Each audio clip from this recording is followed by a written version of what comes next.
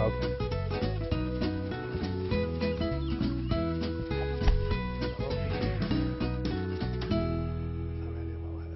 Ah, the sun is shining, the birds are singing, but the real estate market is still, whew, big, huge question mark. So, our real estate expert, Big Daddy, is in on Monday once again for our Ask Big Daddy segment here. Bryan Garrity came to talk to us about what's happening here. So, overall picture, better, worse, what do you think? Stagnant. Stagnant. Yeah, we're going to be saying that for a while, you Another think? couple of years, probably. But stagnant's better than getting worse. And I know people want to hear it's getting better, but that wouldn't be a true statement. Absolutely true. Hey, I want to do this segment a little bit differently. I'll get to the questions here in just a second. But, you know, you do list homes. You help people sell homes. You buy and sell. And a lot of your real estate transactions are just normal, healthy transactions where nobody's in trouble, nothing's distressed. Correct. There's still those deals out there. So I want to show this listing, this current listing that you're working on. Okay, that'd be good. So if we could put that up there, just describe it to me, and they'll get the picture of that. Okay, so this is a home in Allied Gardens. They're the nicest people you ever want to meet. They actually did a consult with me prior to selling their house, and they got relocated, and they went ahead and they listened, and that house has just blown up. We put it on the market Friday and literally had probably 20 calls a day on it. So for those wondering, in terms of being in the selling position, especially with some equity, is it a good time to buy? People are always asking, or is it a good time to sell?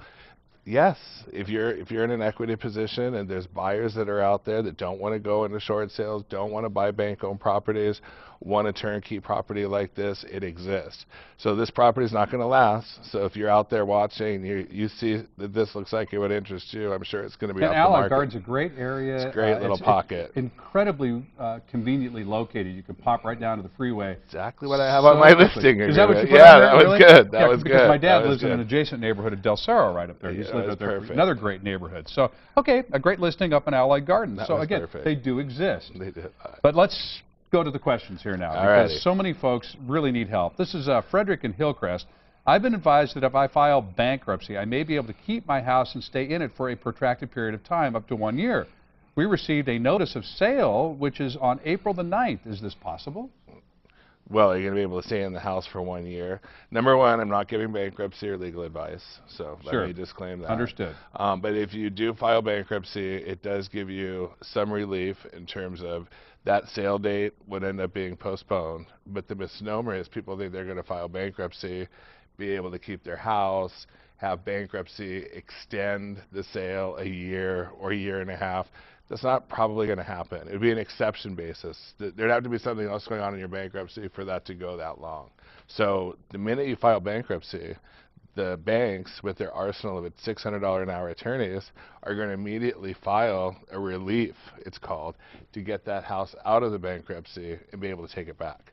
So it's, you know, with the sale date that close, that's probably one of your better options if you're looking to block the sale date. But is that going to give you a long period of time in the house? No. See, there's folks listening to this at home right now, and their eyes are spinning around in their head. Oh, yeah. Oh, yeah. And that's why you need an expert. You need somebody to navigate through these situations, to kind of explain these, and to go to bat for you. You mentioned the arsenal of $600 an hour attorneys. They'll be on it. They'll be totally on it. I mean, I see people advertising, you know, stay in your house, and the end result is filing bankruptcy. I mean, you've got to think that through.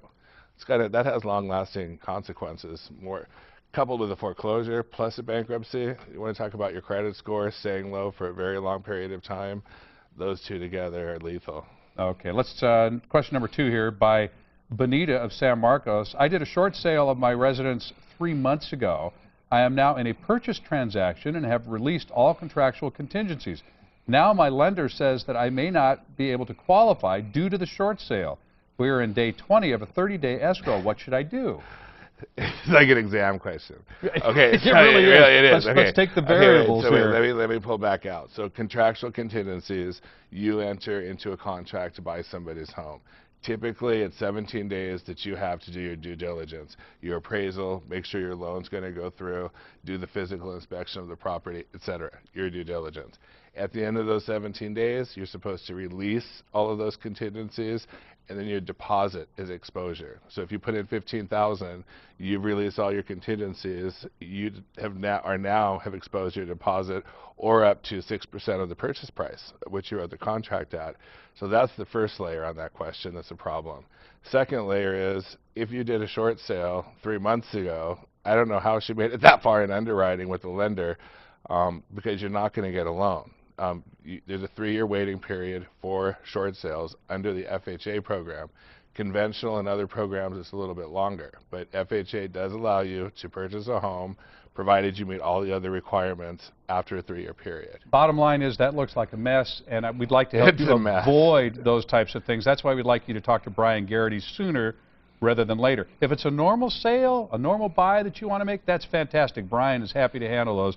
If it's distressed property or you find yourself in a situation, give Bryan a call. Now, something's funky with that. Yeah, there's got to be something else going on. When we got it, I was like, that's funky. I know you want to do 2 free loan modifications. Yeah, I've only got a second. It's like you want to do it. Yeah.